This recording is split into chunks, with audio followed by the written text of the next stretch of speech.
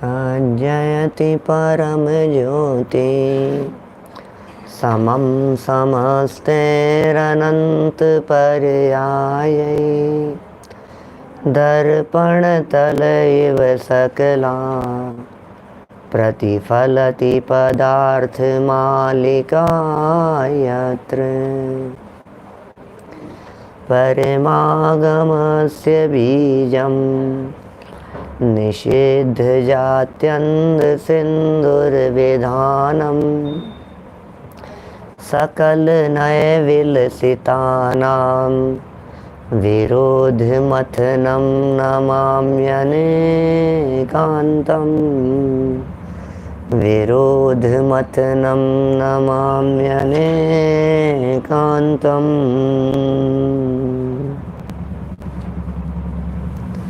प्रोषदोपवास की अपनी यहाँ चर्चा चल रही थी। प्रोषद के साथ उपवास किया जाना चाहिए। सामयिक में और अधिक दृढ़ता के लिए यह प्रोषदोपवास नामक व्रत कहा गया था। जो जीव इस प्रोषदोपवास का पालन करता है वह जीव नियम से सामयिक में दृढ़ होता है। उसके सामयिक उत्कृष्ट रीति से संपन्न होती है। उपवास के लिए अष्टमी और चतुर्दशी को तो यहाँ नियम बतलाया ही गया है। अष्टमी और चतुर्दशी इन दोनों दिन का उपवास और इनके जो एक एक दिन पहले के दिन थे उस दिन एकासना माने सप्तमी के दिन या त्रयोदशी के दिन ही संकल्प ले लिया जाता है कि कल का मेरा उपवास रहेगा। उपवास का दिन किस प्रकार व्यतीत करना चाहिए, ये जो जिज्ञासा उत्पन्न होती है उसके समाधान में भी आचार्य देव ने ऐसा कहा कि भैया समस्त हिंसादि 5 पापों का त्याग करो, समस्त सावध्य योग का त्याग करो। हिंसादि 5 पाप रूप सावध्य योग का त्याग करने के साथ साथ 5 इंद्रियों के विषयों से विरक्ति लो। इतना ही नहीं, इनके साथ में विरक्ति के साथ साथ भी आपको कहीं ना कहीं एकांत स्थान में जाकर अपना दिन, अपना काल, अपना समय व्यतीत करना चाहिए। मने सामयिक करनी है। इस जीव को प्रोषदोपवास करना है तो सच्चा उपवास, सच्चा प्रोषदोपवास तभी होता है जब यह जीव भोजन आदि का तो त्याग किया ही है, 5 पापों का भी त्याग किया है, समस्त प्रकार के आरंभ से रहित हो गया है और इतना ही नहीं, इन सब से विरक्त होकर या इन सब से विरक्ति के लिए किसी एकांत स्थान को उसने चुन लिया है और वहाँ एकांत स्थान में जाकर अपना समय व्यतीत करता है। जब तक एकांत में समय व्यतीत नहीं होगा तब तक वो प्रोषदोपवास सच्चा नहीं हो पाएगा। इसलिए सच्चे प्रोषदोपवास के लिए एकांत में जाकर विश्राम करना, विश्राम क्या कहें, ध्यान करना, साधना करना, आराधना करना, यह सब जरूरी है। इसके लिए उस एकांत स्थान में पहले तो काय गुप्ती का पालन करे, साथ में वचन गुप्ती का पालन करे और उसके साथ साथ मनोगुप्ती का भी प्रयत्न करे।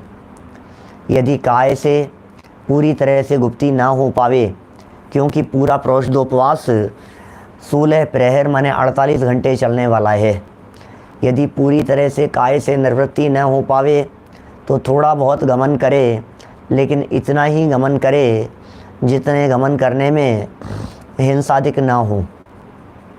वचन से यदि पूरी तरह से मौन रहा जाए तो बहुत ही अच्छा है, लेकिन यदि पूरी तरह से मौन नहीं रहा जाए तो फिर धार्मिक बातों का ही उच्चारण जबान से किया जाना चाहिए। और मन में भी जो विचार की बात कही गई है उसमें भी ऐसा विचार होना चाहिए जिस विचारों में वस्तु स्वरूप की चर्चा ही चले। तो इतनी सब बातें कल अपन ने यहाँ 153 नंबर के श्लोक के माध्यम से कही थी।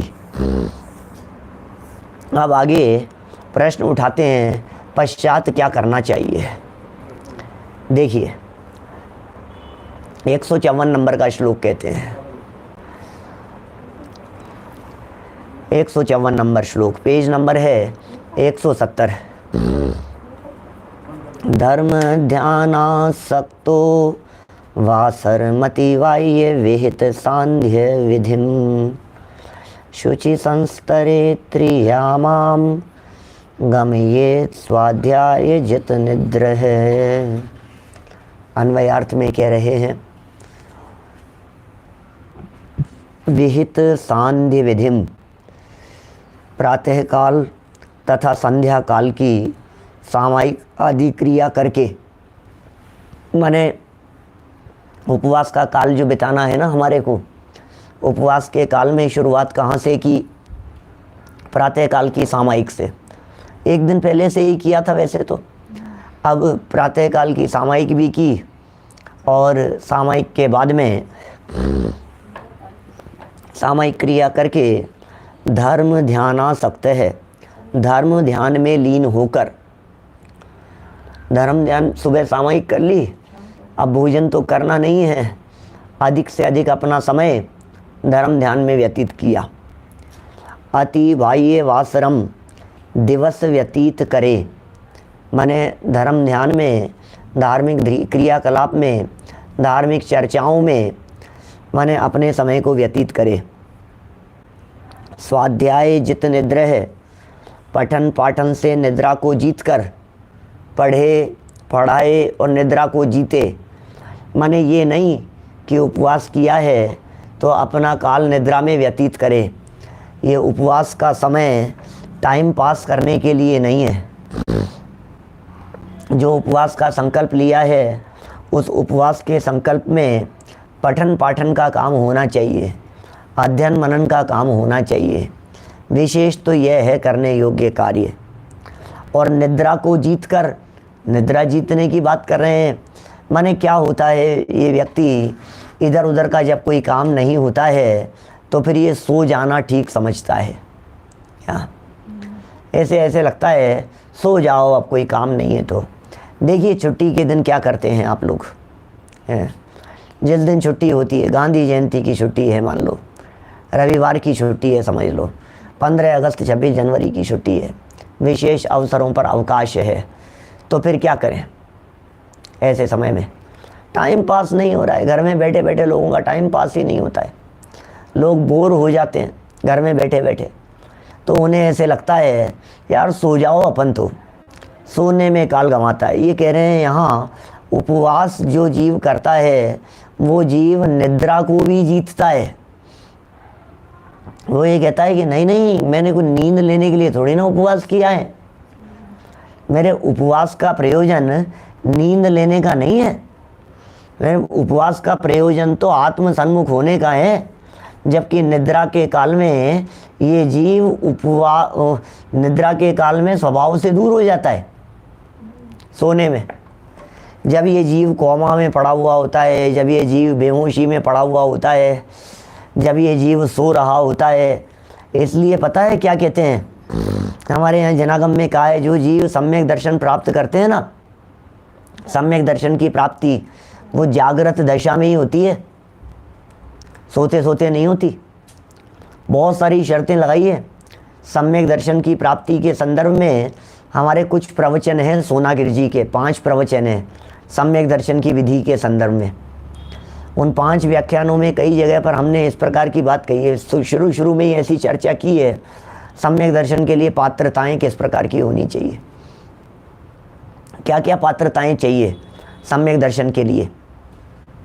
सम्यक दर्शन यदि हमें करना है तो उसके लिए हमारे को कितनी बातें कंपलसरी है। जैसे संसार परिभ्रमण का काल अर्धपुद्गल परावर्तन से ज़्यादा नहीं होना चाहिए। अब हमें तो पता नहीं है, लेकिन जिसका संसार परिभ्रमण का काल अर्धपुद्गल परावर्तन से ज़्यादा होता है उसे सम्यक दर्शन की प्राप्ति नहीं होती। इसी तरह से और बहुत सारी बातें हैं उसमें। ज्ञानोपयोग के काल में होगा, दर्शनोपयोग में नहीं होगा, सैनी पंचेंद्रिय जीव को होगा, हैं। इसी तरह से जागृत दशा में होगा, निद्रा के काल में नहीं होगा। अब ये कह रहे हैं उसने उपवास किया इस जीव ने, तो उपवास किस लिए किया? क्या उपवास किस लिए किया बताओ? तो साहब उपवास तो अपने स्वभाव के नज़दीक आने के लिए किया था, स्वभाव के नज़दीक आने के लिए किया था। और निद्रा के काल में क्या किया? बोले स्वभाव से दूर चला गया। तो निद्रा के काल में स्वभाव से दूर चला गया। अब करना क्या है? बोले निद्रा को जीतना है मुझे, नींद नहीं आनी चाहिए, नींद नहीं आनी चाहिए। कैसे जीते निद्रा को? तो निद्रा को जीतने के लिए अपने उपयोग को लगाता है वस्तु स्वभाव के चिंतन में। जब चिंतन में वस्तु स्वभाव की चर्चाएं चलती है तो निद्रा का काल अपने आप जीत लिया जाता है। देखिए, यद्यपि निद्रा को जीतना अपने कंट्रोल में नहीं है। जब निद्रा दर्शनावरण कर्म का तीव्र उदय आता है तब इस जीव को निद्रा की परिस्थिति बनती ही बनती है। क्या माने? तब तो निद्रा आएगी, मतलब जब तीव्र उदय आएगा ना तो आएगी ही आएगी निद्रा। लेकिन क्या करें, उस निद्रा आ रही हो, हल्की आ रही है, तो उपयोग को और अधिक जमाने का प्रयास किया, अपने आप के साथ में जोड़ने का प्रयत्न किया। और सच में जिस चीज़ में आनंद आ रहा होता है, देखो जहाँ प्रमाद हो रहा होता है इसका मतलब है कि वहाँ मन नहीं लग रहा है। जहाँ मन लग रहा होता है वहाँ ये जीव प्रमादी नहीं होता। आपने देखा है शादी विवाह आदि के कार्यों में, घर में बेटी की शादी हो तो नींद उड़ जाती है, रात रात भर काम करता है, 2-2 3-3 दिन तक। ऐसे बड़े आयोजन हो, शिविर के आयोजन हो, पंच कल्याणकों के आयोजन हो, तो आयोजकों से जाकर के पूछो जरा, वे आपको स्पष्ट शब्दों में कहेंगे कि पंडित जी अब जाकर के चैन की नींद सोएंगे, अब जाकर के हमें ऐसे लगता है कि अब जाकर के हमें सारा वजन उतर गया माथे से। हाँ, जैसे अपने जतीश भाई वगैरह हैं, अभिनंदन जी भाई साहब वगैरह हैं, तो लोग बिल्कुल नींद नहीं, गायब हो जाती है। जब माथे पे वजन होता है, सारे सब कार्यकर्ताओं की बात कर रहा हूँ, जिस जिस क्षेत्र के अंदर जो लोग करवाते हैं, पंच कल्याण कराते हैं, आयोजन कराते हैं, शिविर लगाते हैं, क्या होता है उन लोगों के साथ में? ऐसा उत्साह होता है, ऐसा जोश होता है, दिन रात एक कर देंगे, अपन सोएंगे नहीं, हम उत्साह आ रहा है। मैं तो ये आयोजनों की बात कह रहा हूँ। पैसा कमाने में इतना उत्साह होता है, भोजन भूल जाता है व्यक्ति, भोजन का विकल्प नहीं आता है इसको। पैसा पैसा इतना दिखता है, ग्राहकों के साथ में इतना लगा रहता है, ध्यान ही नहीं रहा भोजन का। अरे छोड़ो भोजन, अरे चूज नहीं करना है भोजन, नींद आ रही है, काहे की नींद? अभी तो देखो आप, एक मीटिंग और करनी है, एक मीटिंग और करनी है, एक और बस ये डीलिंग फाइनल हो जाए। क्या करता रहता है भैया?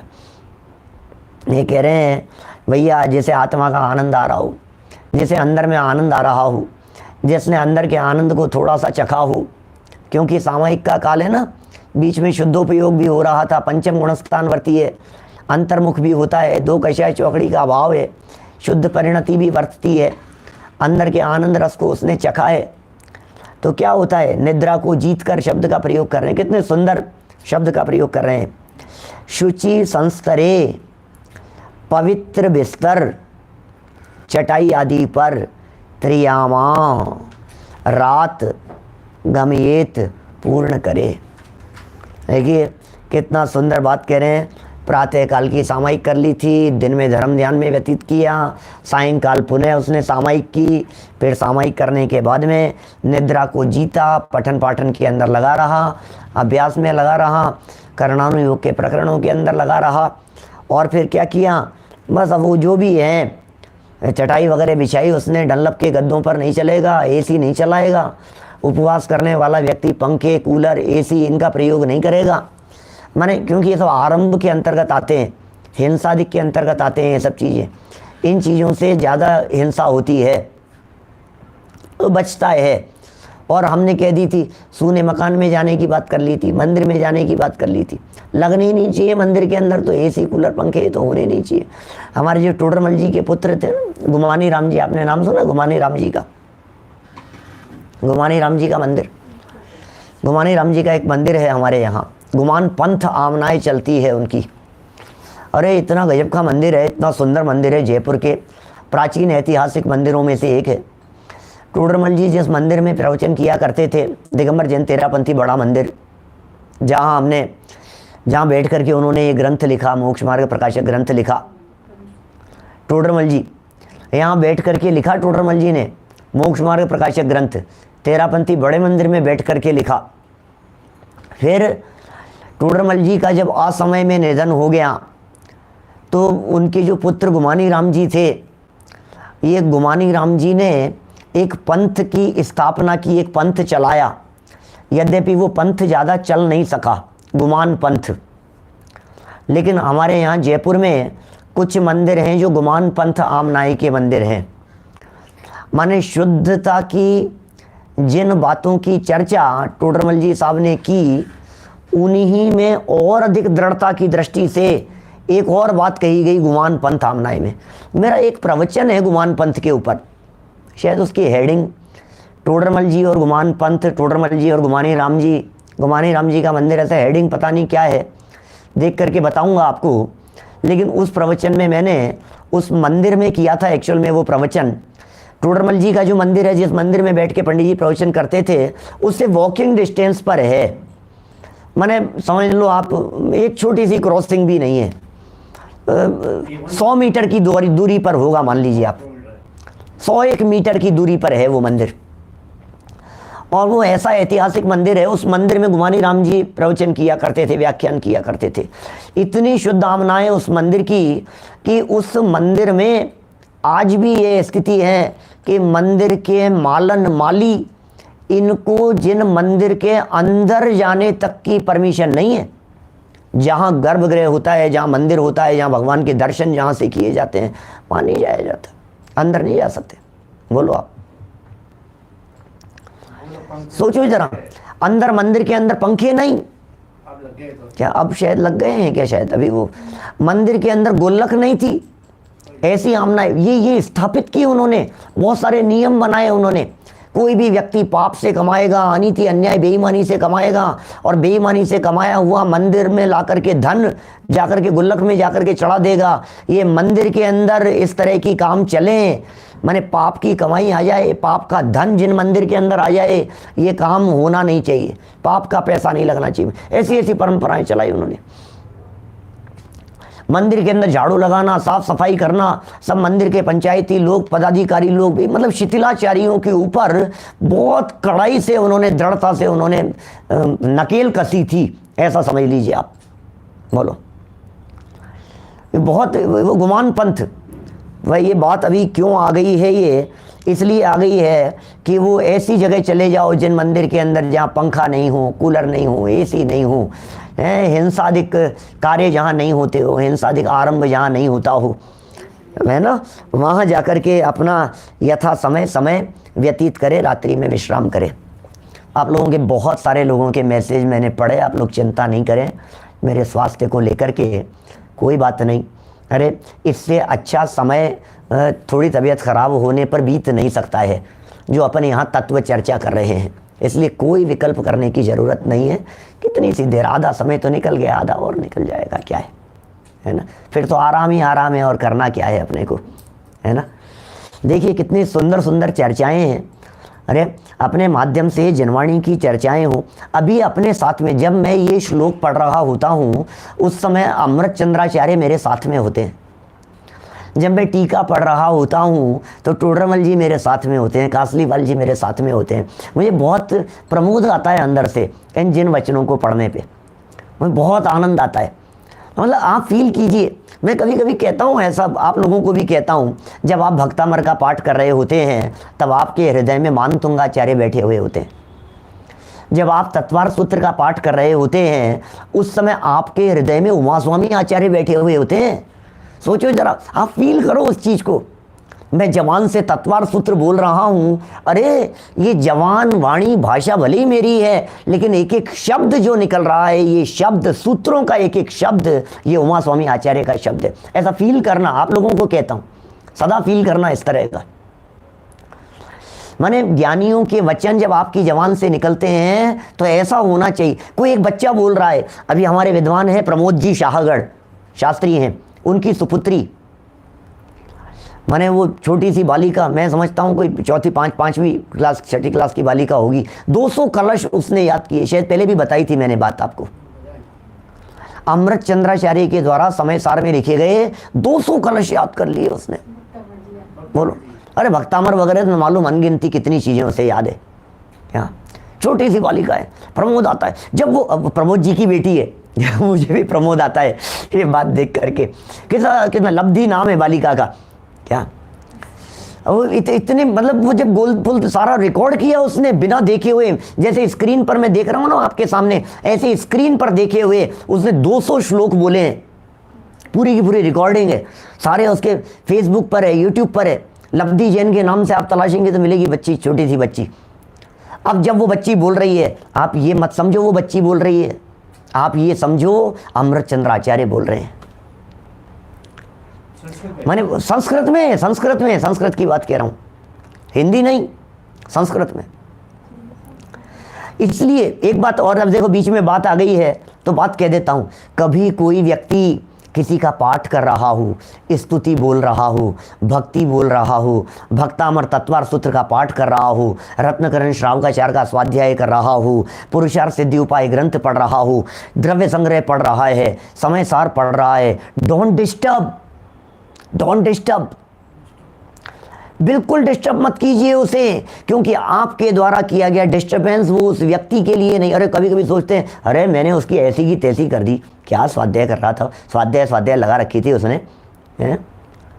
बोलो, स्वाध्याय लगा रही, ऐसी खिंचाई की उसने, बंद कर दिया शास्त्र। भैया तुम्हारे द्वारा चलाया गया तीर उस व्यक्ति के ऊपर नहीं लगाए, उमा स्वामी आचार्य पे लगाए। आप कौन सी गलत फहमी में हो? उसके हृदय में तो उमा स्वामी आचार्य बैठे हुए थे, उसके हृदय में तो अमृत चंद्राचार्य बैठे हुए हैं। आप किसे देख रहे हो? मैं इस संबंध में वो पद्म पुराण का प्रसंग सुनाता हूँ हमेशा। प्रसंग आ गया, सुन लो, कहानी थोड़ा सा मन बहल जाता है, थोड़ी सी कहानी किससे हो जाते हैं तो थोड़ा उपयोग थोड़ा सा लाइट हो जाता है। थोड़ा सा ये तो करना है, धर्म ध्यान के नाम पे करते क्या है अपन। धर्म जी भाई साहब सुनो, सुना है कि आपने सुना होगा, मैं कई बार प्रवचनों के अंदर कहता हूँ। अब आप लोगों ने कितने प्रवचन सुने हैं मेरे पता नहीं, 100 200 400 भी सुने होंगे तो भी पता नहीं आया हो कि नहीं सुनने में। सुनो, पद्म पुराण का प्रसंग है और बहुरूपिणी विद्या सिद्ध करने के लिए रावण कैलाश पर्वत पर चला गया था। बहुरूपिणी विद्या के लिए चला गया, सिद्ध करने के लिए। व्हाट्सएप पर तो अभी आया होगा, मैं तो पिछले 20-25 साल से 27-28 साल से सुना रहा हूँ ये प्रसंग। सुनो, तो बहुरूपिणी विद्या सिद्ध करने के लिए वहाँ चला गया, आराधना करने लगा शांतिनाथ भगवान की, विद्या सिद्ध करने के लिए। न मालूम क्या क्या उसके वो सब चल रहा था। इधर से लक्ष्मण आए और लक्ष्मण ने आकर के क्या किया, तैयारी कर रहे थे सब, और धनुष बाण तैयार कर रहे हैं। और तैयार, वो कहाँ जा रहा है भाई, तू जा कहाँ रहा है तो बता। अरे नहीं, ये मौका सही है, वो विद्या सिद्ध कर लेगा तो अनर्थ हो जाएगा, और जा करके एक तीर लगाऊंगा सीधा उसके इसी समय। विद्याएं कुछ नहीं है अभी उसके पास में। क्या? अरे साहब अब देखो, अब बात, अब ये बोला रामचंद्र जी ने बोला, यार क्या बात कर रहा है, तेरे में इतनी अकल नहीं है, शांतिनाथ भगवान के ऊपर तीर चलाएगा? अरे ज्येष्ठ भ्राता, आप क्या बात कर रहे हैं, आपको मेरे निशाने पर इतना भी भरोसा नहीं है? रावण के ऊपर तीर चलाऊंगा और शांतिनाथ भगवान के ऊपर लग जाएगा, आप कैसी बात कर रहे हैं? तो रामचंद्र जी ने जो बात कही वो बात यहां लागू होती है। क्या? ये यहां सिद्ध होती है ये बात। समझ में आ रही है बात? क्या कही रामचंद्र जी ने? रामचंद्र जी ने कही, अरे नादान भाई सुन तो सही, तेरा निशाना तो अचूक है, मैं जानता हूँ, तेरा निशाना तो सीधा रावण के हृदय पर लगेगा, लेकिन मुझे ये बात बता, रावण के हृदय में इस समय बैठा हुआ कौन है? क्या? कौन बैठा है रावण के हृदय में?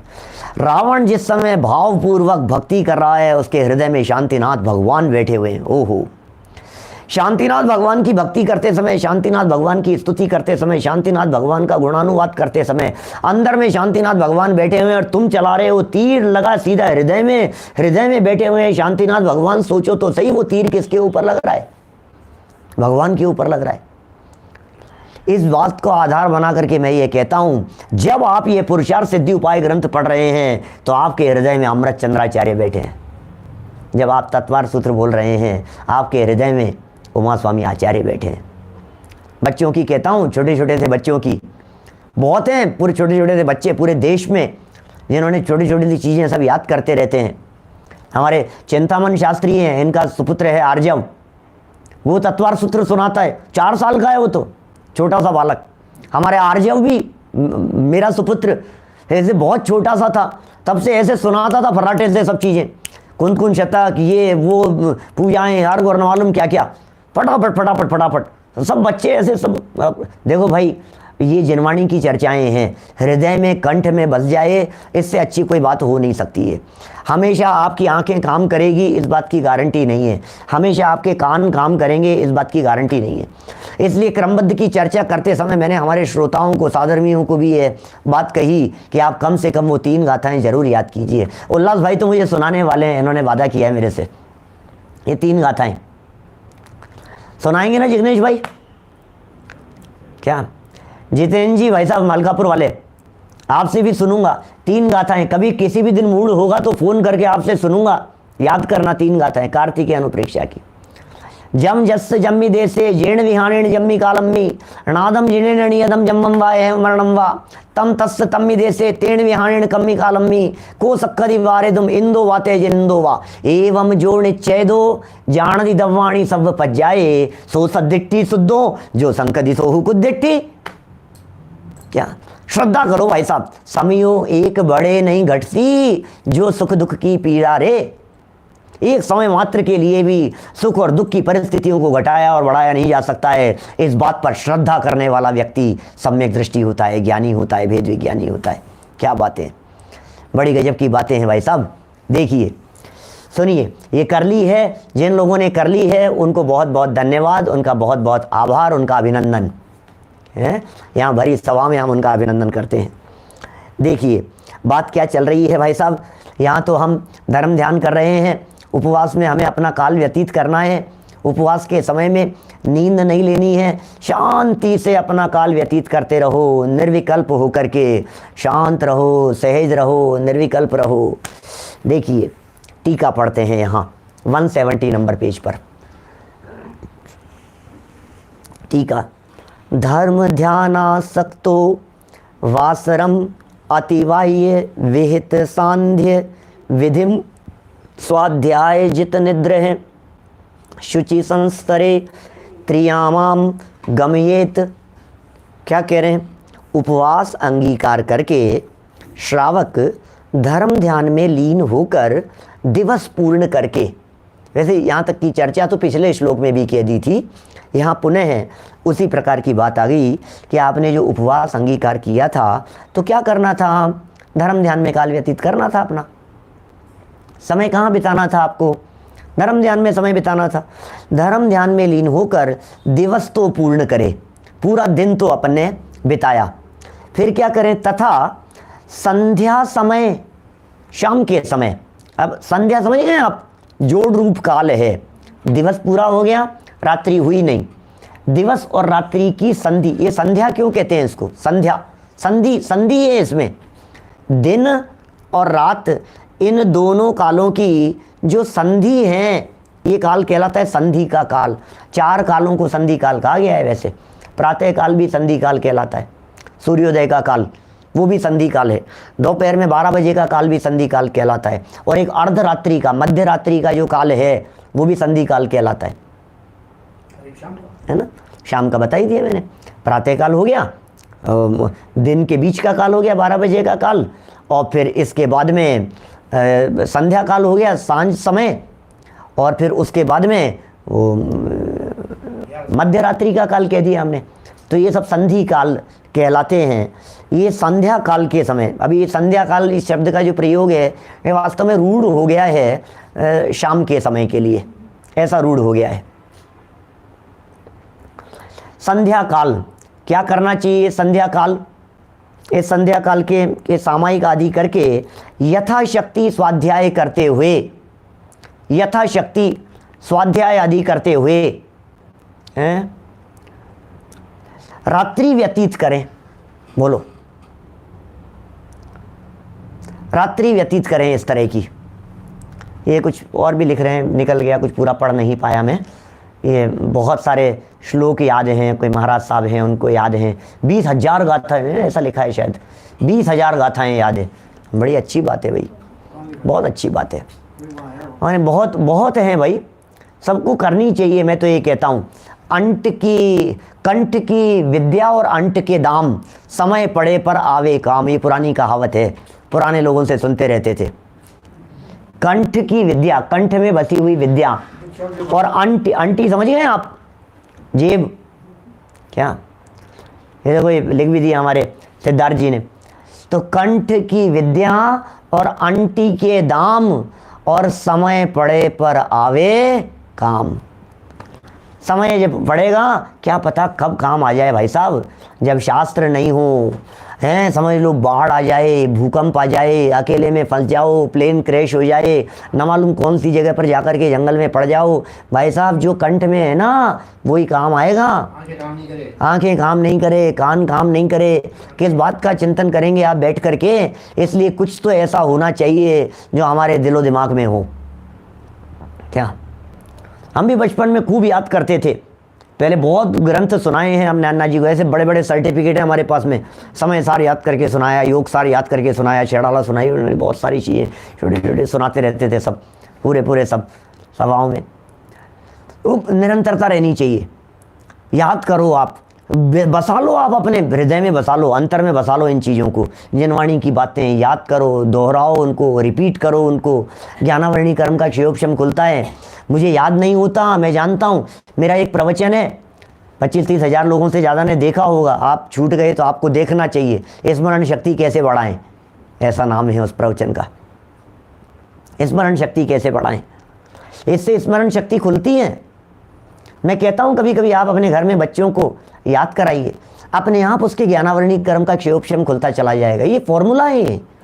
अरे ज्ञान की वीराधना से ज्ञानावरणी कर्म, ज्ञान की वीराधना की थी ना तो ज्ञान पर आवरण आ गया था। अब ज्ञान की हमने आराधना, तो क्या होगा, वीराधना से लगा हुआ पाप आराधना से धुल जाता है। खत्म बात, इसमें क्या है। वीराधना से पाप लगा था, आराधना से धुल जाएगा। बीते प्रभु आराधना में हर घड़ी मेरी, बड़े पंडित जी साहब की पंक्तियां हैं, हर घड़ी मेरी आराधना के अंदर बीते।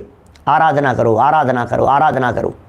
जो आराधना नहीं कर रहा वो वीराधना कर रहा है, जो आराधना नहीं कर रहा वो वीराधना कर रहा है। करो भैया, याद नहीं होता है चिंता मत करो। 2 गाथाएं याद करो, 2 श्लोक याद करो, ग्रंथों के मंगलाचरण याद करो, छोटी छोटी सी चीज़ें याद करने में अपना उपयोग लगाओ। मेरी भावना याद करो, भक्तामर याद करो, तत्वार सूत्र याद करो, प्रभु पतित पावन याद करो, स्तुति याद करो। अन्ना जी तो हमारे कंठपाठ योजना के जनक हैं। क्या सच में युगों युगों तक लोग याद करते रहेंगे हमारे ब्रह्मचारी यशपाल जी को, अन्ना जी को। उन्होंने ये योजना चालू की, उन्होंने इसकी एक मुहिम छेड़ी, उन्होंने जन जन में प्रचार प्रसार किया। हमने भी सब 1990 के आसपास जो याद किया वो अन्ना जी की प्रेरणा से ही याद किया था। 90, 91, 92, 93, 94 तक जो बहुत सारी चीज़ें याद कर करके सुनाई उनको। तो भैया हर समय आराधना के अंदर घड़ी बीते हमारी। थोड़ा याद करने में तकलीफ होगी, देर लगेगी, फिर थोड़ा याद करने में कुछ और देर लगेगी, फिर धीरे धीरे करके अपने आप क्षयोक्षम ऐसा खुलने लग जाएगा, फास्ट याद होने लग जाएगा, ऐसे फास्ट होने लग जाएगा। ऐसा है। हम तो 10-10 गाथाएं एक दिन में याद करने का संकल्प लेते थे। 10 गाथाएं एक दिन में याद करेंगे। हमारे सुनील जी शास्त्री थे नाके, वो याद कराते थे। याद करके रानी कल 10 सुनेंगे, कल 10 गाथाएं। योग सार याद कराए, कुन शतक याद कराए, शुद्धात्म शतक याद कराए। 10-10 गाथाएं एक दिन के अंदर, सुबह से शाम तक में। जेब में किताब रहती थी, दिन भर चलता रहता था वही क्या बोलो। देखिए बातें सब क्या कह रहे हैं यहाँ। ये तो आपने स्मरण की बात कही, मैंने इसलिए इतनी बात कही है। भावार्थ पढ़ते हैं अपन तो, इसलिए देखो ये जो अपन ने मौन ले लिया है, अपन एकांत स्थान में जाकर के बैठ गए हैं, वहाँ पर कुछ भी नहीं है, साधन नहीं है, सुविधाएं नहीं है, सब कुछ छोड़ दिया है। अब उपवास के अंदर काल व्यतीत करना है। अरे भाई उपवास का काल हो या सामायिक का काल हो, मैक्सिमम समय तो चिंतन में बीतना चाहिए ना। पिछले दिनों में जो मैंने आपके बीच में सामायिक की चर्चाएं की, क्या पिछले दिनों में मैंने चर्चा की ना आपसे, जो सामायिक की जो चर्चाएं की है, उन सामायिक की चर्चाओं में मैंने क्या कहा आपसे, भाई साहब ये सामायिक जो पाठ है ना, ये पाठ तो कमज़ोर लोगों के लिए होते हैं सच में। तो अब यदि भूमिका नहीं है कोई बात नहीं, पात्रता यदि अभी नहीं है, कोई चिंता वाली बात नहीं है, देख करके पढ़ो, सुन सुन करके लो लाभ, लेकिन कम से कम चिंतन के लिए भी तो समय निकालो। चिंतन तो असली खुराक है। इस चेतन की खुराक क्या है? चिंतन। चिंतन चेतन राम, सब रोगों की एक दवा है चिंतन चेतन राम। बोलो, सारी बीमारियों का एक इलाज, सारी बीमारियों का एक इलाज। कि पंडित जी आपके पास में है कोई इलाज? अरे क्या बात करते हो, हमारे पास में सारे इलाज हैं। कैंसर का भी है, बिल्कुल कैंसर का है, क्या बात कर रहे हो आप? कि साहब किडनी की प्रॉब्लम हो रही है, पंडित जी कोई है आपके पास? अरे क्या बात करते हो, सारे इलाज हैं हमारे पास में, चिंता ही मत करो तुम, सारे इलाज हैं। न मर्ज रहेगा ना मरीज रहेगा, तुम क्यों चिंता करते हो? ऐसा ऐसा उपाय बतलाएंगे आपको। चिंतन चेतन राम, चिंतन चेतन राम। क्या चिंतन चेतन राम? चेतन राम आत्म तत्व, उसका चिंतन सब रोगों की एक दवा है। वेद विज्ञान भाव येद वेद विज्ञानमिदम अवचिन्न धारया तावत यावत पराच्युत्वा ज्ञानम ज्ञाने प्रतिष्ठते। चिंता छोड़ो, निर्विकल्प हो जाओ, सहज रहो, शांत रहो। सामायिक के अंदर यही विचार चिंतन करो, ये उपवास करके यही विचार चिंतन करो। कौन किसका भैया, किसकी बात करें हम, किससे राग करें और किससे द्वेष करें, किसके प्रति क्या लाग लपेट रखें? हमें किसी के प्रति किसी प्रकार की कोई लाग लपेट नहीं है। क्या ऐसा चिंतन। देखिए भावार्थ में कहते हैं, क्या कह रहे हैं यहाँ, आप चिंता नहीं करें, टेलीग्राम ग्रुप के ऊपर डाल देंगे, है ना, वो प्रवचन डाल देंगे। बाकी यदि विशिष्ट प्रवचनों वाला फोल्डर खोल करके देखेंगे प्लेलिस्ट में, तो आपको सिंगल सिंगल प्रवचन बहुत सारे मिलेंगे। आपको वहाँ घुमाने राम जी वाला भी प्रवचन शायद मिल जाएगा, किस नाम से होगा। देखिए क्या कह रहे हैं यहाँ, भावार्थ की लाइनें। ये उपवास धारणा का दिन है। क्या? अतः दोपहर के 12 बजे से संध्या काल तक धर्म ध्यान करना। लो, अभी तो ये धारणा के दिन की बात कर रहे हैं। यद्यपि सुबह की सामायिक कर ली थी, शाम की सामायिक की बात कर दी इन्होंने, हैं इतनी सब बातें कर दी, लेकिन फिर भी कह रहे कि नहीं नहीं, अभी तो ये पहले ही दिन का काल समझना, अभी तो इसको सप्तमी के दिन का काल। अतः दोपहर 12 बजे से संध्या काल तक धर्म ध्यान करना। फिर सामायिक करके स्वाध्याय आदि द्वारा, सामायिक कर ली और स्वाध्याय आदि के अंदर दोपहर बाद में स्वाध्याय आदि द्वारा निद्रा जय करना, निद्रा को जीतना। क्या? निद्रा को जीत लिया। और ब्रह्मचर्य व्रत का पालन करना। ब्रह्मचर्य व्रत का पालन कर लेना। समझ में आ रही है बात? ब्रह्मचर्य व्रत का पालन कर लिया। तथा स्वाध्याय आदि धर्म ध्यान पूर्वक रात्रि व्यतीत करें। क्या? स्वाध्याय करें, धर्म ध्यान पूर्वक रात्रि को व्यतीत। ये तो फर्स्ट नाइट की बात कर रहे हैं, उपवास के दिन, सप्तमी के दिन की बात कर रहे हैं, त्रयोदशी के दिन की बात कर रहे हैं, क्योंकि उस दिन भी तो आराम करेगा ना। उपवास का संकल्प तो पहले ही ले चुका था वो व्यक्ति। तो धारणा का दिन है। इसके बाद प्रातःकाल 4 बजे बिस्तर को छोड़कर जागृत हो जाना चाहिए। अब पूरे दिन की दिनचर्या भी बतला रहे हैं। अब क्या करें बोलो, इसके बाद क्या करें? फिर उसके बाद आधे दिन का कार्य बतलाएंगे। क्या?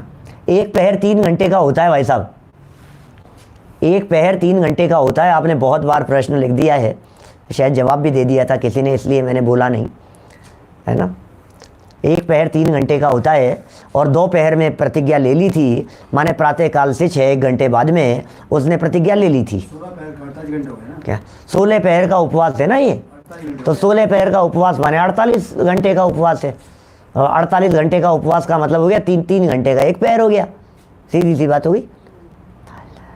तो देखिए कितनी बातें हो गई यहाँ। इसके बाद प्रातःकाल 4 बजे बिस्तर को छोड़कर जागृत हो जाना चाहिए। देखो 2 बातें यहाँ कह दी है। एक तो सुबह जल्दी उठने की बात कही। क्या? एक तो सुबह जल्दी उठने की बात कही, 4 बजे उठने की बात कह रहे हैं। ब्रह्म मुहूर्त कहते हैं इसे, ब्रह्म मुहूर्त। क्या? ब्रह्म से मिलन करने का समय है ये ब्रह्म मुहूर्त। क्या? माने सुबह उठते ही पहले बिल्कुल फ्रेश रहता है, मूड फ्रेश रहता है, माइंड फ्रेश रहता है, कोलाहल नहीं होती है, हैं ये सारे रात्रि भर के अंदर जितने सब बिल्कुल बहुत शांति मिलेगी आपको उस समय। सुबह जो 4 साढ़े 4 बजे का 5 बजे का जो समय है ना, वो समय बहुत पीसफुल टाइम है वो। वातावरण, एटमॉस्फेयर, सब जगह पर बहुत अच्छी शांति रहती है। तो ब्रह्म मुहूर्त में उठ गए। अब ये कह रहे हैं कि उल्टा चलो, अभी रात्रि भी देर से सोया था और सुबह भी जल्दी उठ गया। क्या रात को तो बहुत देर से सोया क्योंकि निद्रा को जीत रहा था ना, तो निद्रा को जीतने के लिए वो सो नहीं रहा था। अब अभी सो नहीं रहा था तो बहुत लेट हो गया। अभी फिर सोया, तो सोने के बाद में अब तो आराम से सोए क्योंकि रात को लेट सोया था। मैंने देखा है समाज में इस तरह के जो लोग रात को 12-12, 1-1, 2-2 बजे तक जगते हैं ना, वो सुबह 9-9 बजे तक उठते हैं। मैंने सुबह सोते पड़े रहते हैं 9-10 बजे तक। और अभी ये जो लॉकडाउन जो बीच में जो चली ना स्थिति, उसमें तो ऐसा रहा कि वो सब पड़े रहते हैं, कोई काम नाम है नहीं, दुकान जाना नहीं, स्कूल जाना नहीं, कॉलेज जाना नहीं, घरों में बच्चे पड़े रहते हैं। एक आध जगह तो मेरे पास में इस प्रकार का भी प्रस्ताव आया कि पंडित जी आप 9:20 पे प्रवचन करते हो, थोड़ा सा देरी से कर दो ना, इतना जल्दी तो उठ ही नहीं पाते, सोते रहते थोड़ा। बोलो, यद्यपि जिनका ये प्रस्ताव था वो मेरे परिचित ही हैं, हमारे रिलेशन में लगते हैं, प्रवचन सुनने की भावना भी, लेकिन थोड़ा सा देर से कर दो ना, भी छुट्टी होगा समय है तो थोड़ा सा देर से सुबह। अरे रात को 2-2 बजे तक क्यों जगते हो, इतना देर तक? अभी यहाँ सामूहिक उपवास वाले के लिए कह रहे हैं देर तक भी जगेगा और सुबह भी जल्दी उठेगा। समझ में आ रही है बात? प्रातःकाल 4 बजे का समय, मैंने एक दिन पहले भी बतलाई थी, मेरे पिताजी साहब 3:45 पे उठते हैं, सामने विराजमान है, बैठे हैं मेरे सामने, 3:45 का अलार्म लगा करके 3:45 रूटीन ही है इनका, आज से नहीं बरसों से। मैंने कोई, मैं समझता हूँ कोई 10-20 साल पुरानी बात होगी, बस यही समय है इनका, उठने का यही समय है। और ऐसा नहीं है कि दिन में सोते होंगे, रात को भी देर से सोते हैं। मुझे तो ऐसा लगता है ये प्रोष्ठोपवास की चर्चा है। देखो क्या कह रहे हैं, ये पूरा हो गया वैसे तो ये श्लोक, इसके अंदर और कोई ज़्यादा चर्चा की अपेक्षा नहीं है। अभी आगे जो श्लोक कह रहे हैं, उपवास के बाद क्या करना चाहिए, मतलब उपवास के बाद क्या करना चाहिए, इसे इस प्रकार से समझिए, उपवास का धारणा करने के बाद क्या करना चाहिए। माने अभी रात्रि विश्राम तक की तो बात कर दी, सुबह उठ गया, अब सुबह उठने के बाद में दिनचर्या किस प्रकार वो व्यतीत करेंगे, तो फिर इसमें ये आगे चल कर के ये पूरी बात बतला रहे हैं, जिसके अंदर पूजन की भी बात करेंगे, भक्ति की भी बात करेंगे, किस तरह से टाइम बिताना चाहिए। जिन मंदिर के अंदर जाओ, नहा धो करके तैयार हो जाओ, फ्रेश हो जाओ, ये हो जाओ, कार्यों से निवृत्त हो करके पहले सामायिक वगैरह कर ली, फिर मंदिर चले जाओ, ये सब बातें थोड़ी बहुत है, ये आगे अगले 155 नंबर के श्लोक में आचार्य देव यहाँ बतला रहे हैं। और फिर उसके बाद में एक और प्रकरण इन्होंने नीचे लिखा, क्योंकि अभी तो देखो, अभी सप्तमी की बात की, अभी अष्टमी की बात करेंगे, फिर नवमी की भी बात करेंगे कि उपवास जिस दिन पारणा करना है उस दिन आधे दिन का क्या कर्तव्य होगा, ये भी तो बताएंगे, आधे दिन का क्या कर्तव्य होगा। तो वो भी ये चीज़ आगे और नए श्लोक 156 के अंदर जाकर के बतलाएंगे, तो उसकी भी चर्चा अपन करेंगे। अभी चर्चा को खींचने में कुछ सार नहीं है। आप टेलीग्राम लिंक के बारे में पूछ रहे हैं कहाँ मिलेगी, आप टेलीग्राम ग्रुप पर जाकर के वहाँ सर्च कर लीजिए, संजीव गोधा शंका समाधान वाला एक ग्रुप है, वो कॉमन ग्रुप शंका समाधान के लिए बनाया हुआ है, DR संजीव गोधा, और ब्रैकेट में ये तो लिखा है इंग्लिश में, और ब्रैकेट में लिखा है शंका समाधान। शंका समाधान, मेरा भाव है उसको जिज्ञासा समाधान कर देंगे। तो वो एक ऐसा ग्रुप बना रखा है जिससे आप सहज जुड़ सकते हो, औरों को भी जोड़ सकते हो, लोगों को प्रेरित कर सकते हो। चर्चाएं चलती रहती है, लोग भी करते रहते हैं आपस में, हमारे कुछ विद्वान हैं वो उसमें शंकाओं का जवाब भी देते रहते हैं, कभी कभी मैं भी जवाब देता हूँ। कुछ विशिष्ट प्रवचनों की लिंक भी कभी कभी उसके ऊपर डाल दी जाती है, तो आप वहाँ से उसको जोड़ सकते हैं। तो अभी मैंने ज़्यादा चर्चा नहीं करके 154 नंबर के श्लोक की चर्चा की है, कल आगे बढ़ाएंगे अपन इसी चर्चा को। अभी जनवाणी स्तुति ले लेते हैं। निज निधि निज में बताई, यह अनंत उपकार है, उसके लिए जनवाणी माँ को वंदना शत बार है, वंदना शत बार है। 9 बार ओंकार मंत्र। हरिहंताणं